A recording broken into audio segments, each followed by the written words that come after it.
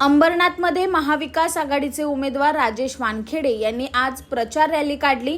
या रॅलीला अतिशय अभूतपूर्व अशी गर्दी पाहायला मिळाली। हा जनसागर पाहून आमचा विजय निश्चित आहे असा विश्वास राजेश वानखेडे यांनी व्यक्त केलाय। अंबरनाथ पश्चिमेच्या लादी नाक्यापासून खुंटवली, भवानी चौक, गावदेवी, चिंचपाडा, कोहोजगाव, वांद्रापाडा अशी ही रॅली काढण्यात आली। या रॅलीत स्थानिकांसोबतच मुस्लिम समाजाची आणि महिलांची संख्याही लक्षणीय होती। चौकात रॅलीचं उत्स्फूर्तपणे स्वागत करण्यात आलं।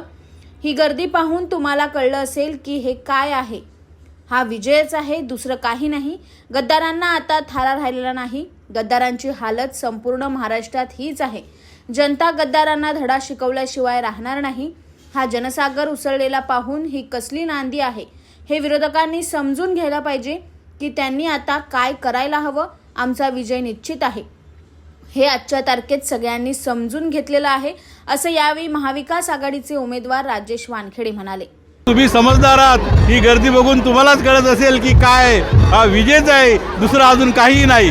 गद्दारांना इथे आता थारा राहिलेला नाही। गद्दारांची हालत महाराष्ट्रात हीच आहे आणि जनता ही गद्दारांना धडा शिकवल्याशिवाय राहणार नाही। तुम्ही बघताय जनसागर कसा ओसरलेला आहे आणि ही नांदी विरोधकांनी समजून घ्यायला पाहिजे की त्यांनी आता काय करायला पाहिजे आणि आमचा विजय हा निश्चित आहे हे सगळ्यांनी आजच्या तारखेत समजून घेतलेलं आहे।